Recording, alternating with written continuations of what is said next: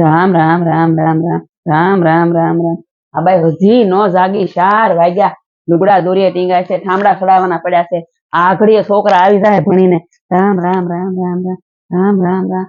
લે જગાડી આવું, આને જગાડવા જાવી જ જોહે મારે. લે બાઈ ઊભી થા, 4 વાગ્યા. બાઈ હા મમ્મી. હા અહીં આવે. હા મમ્મી. હા બોલો ને. એ 4 વાગ્યા, 4 ઊભા થાવ, ઊભા. અમને ચા પાણી પાવ, નકર આગળ છોકરા સ્કૂલ થી આવી જાય ને તો એનું લેસો ને નાસ્તા ને પાણી કરીને અમને ચા પછી પીવરાવશે ને અમારે સાપીને વારો નહીં આવે. હા મમ્મી, પણ હું હજી 3:30. હા એ અમને ખબર પડે છે તો કેટલા વાગે સુધી છે. મારે હમ કઈ બોલવાની જરૂર નથી. હા લ્યો મમ્મી, હું ચા બનાવી આવું. લ્યો મમ્મી ચા.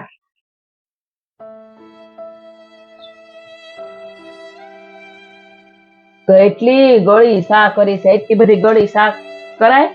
મને હું મારી નાખવી છે ડાયાબિટીસ કરીને તારે? હાલે એટલી બધી ગળી શા નથી પીવી મારે.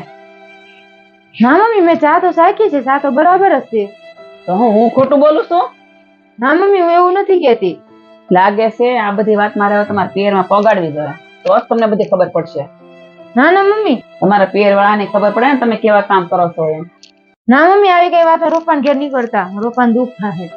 હા હા, પિયર ની ઉપાધિ મૂકો. હવે આ ઘર સંભાળો ને, તમારું ઘર છે. ઘરમાં કામ કરો અને અમને હાથવો. જો કોઈ સ્ત્રી બધું સહન કરતી હોય ને, એનો મતલબ એ નથી કે એને કોઈની ગરજ છે. એ ખાલી એટલું જ ઈચ્છે કે એની વેદના એના પિયર સુધી ના પહોંચે.